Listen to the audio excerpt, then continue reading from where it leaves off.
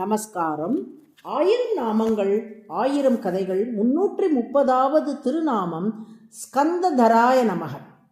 சூரபத்மன், சிங்கமுகன், தாரகாசுரன் ஆகிய 3 அசுரர்கள் தேவர்களையும் மனிதர்களையும் துன்புறுத்தி வந்தார்கள். அவர்களுள் சூரபத்மன் சிவனின் புதல்வனை தவிர வேறு யாரும் தன்னை அழிக்கக்கூடாது என்று பிரம்மாவிடம் வரம் பெற்றிருந்தான். அவனால் மிகவும் துன்புற்ற தேவர்கள் சிவபெருமானிடம் வந்து முறையிட்டார்கள். தேவர்களை காக்க விழைந்த சிவபெருமான் தனது நெற்றிக்கண்ணை திறந்தார்.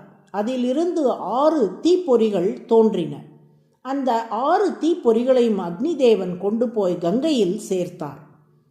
கங்கையில் இருந்து சரவண பொய்கையை சென்றடைந்த அந்த 6 பொறிகளும் அங்கிருந்து 6 குழந்தைகளாக உருவெடுத்தன.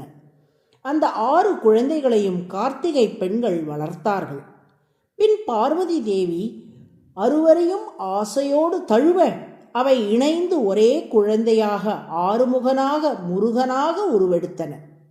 அனைத்து தேவர்களும் முருகனிடம் வந்து சூரபத்மனை வதம் செய்து தருமாறு வேண்டினார்கள். அப்போது முருகன், சூரபத்மனை வதைக்க வேண்டுமென்றால் அதற்கு சிறப்பான ஆயுதம் ஒன்று நமக்கு தேவை.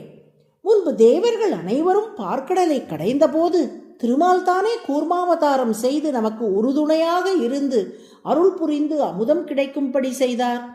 ஆகையால் இப்போது சூரபத்மனை வீழ்த்துவதற்கு உரிய ஆயுதத்தை கூர்மாவதாரம் செய்த திருமாலிடமே கேட்டு பெறுகிறேன் என்றார் முருகன். இவ்வாறு சொல்லிவிட்டு திருவேங்கட மலையில் உள்ள குமாரதாரிகா என்ற பொய்கையின் கரையில் தவம் புரிந்தார் முருகன். அவருக்கு திருமலையப்பன் காட்சி தந்து சூரபத்மனை வெல்வதற்குரிய ஆயுதமான வேலை அளித்தார்.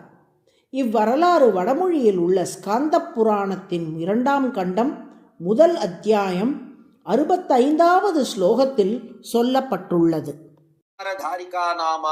சரசி லோகபாவனி யத்ராஸ்தே பார்வதி சூனுஹு கார்த்திகேயः அக்னி சம்பவः தேவசேனா சமாயுக்தா ஸ்ரீனிவாசார்ச்சகோ மலே. திருமால் கொடுத்த வேலை தன் தாயான பார்வதி தேவியின் கையில் கொடுத்து வாங்கி சென்று போரிட வேண்டும் என்று கருதிய முருகப்பெருமான் தை மாதம் பூச நட்சத்திரத்தன்று பார்வதி தேவியிடம் வேலை கொடுத்து அவள் கையால் அதை பெற்றுக்கொண்டு தேவர்களின் படை தளபதியாக பொறுப்பேற்று சூரபத்மனை வதம் செய்வதற்காக புறப்பட்டார். கடலுக்கு நடுவில் உள்ள சூரபத்மனின் இருப்பிடமான வீர மகேந்திரபுரத்தை அடைந்த முருகன் முதலில் தாரகாசுரனையும் சிங்கமுகனையும் அழித்தார். அதன் பின் சூரபத்மனுடன் 6 நாட்கள் போரிட்டார். மாமர வடிவம் கொண்டு சூரபத்மன் தப்பிக்க பார்க்க நிலையில் தனது வேலால் அம்மரத்தை 2ஆக பிளந்தார் முருகன்.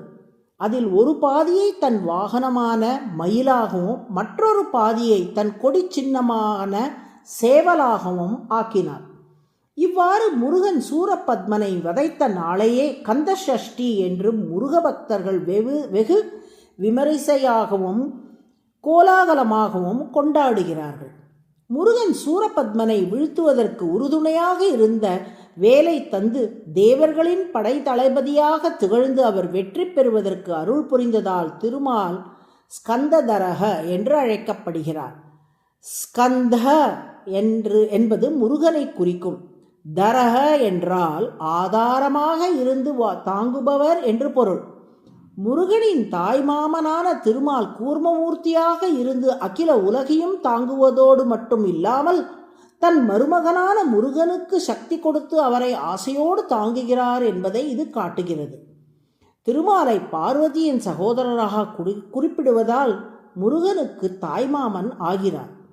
பகவத்கீதை 10ஆம் அத்தியாயம் 24ஆம் ஸ்லோகத்தில் கண்ணனே இதை தெரிவிக்கிறான்.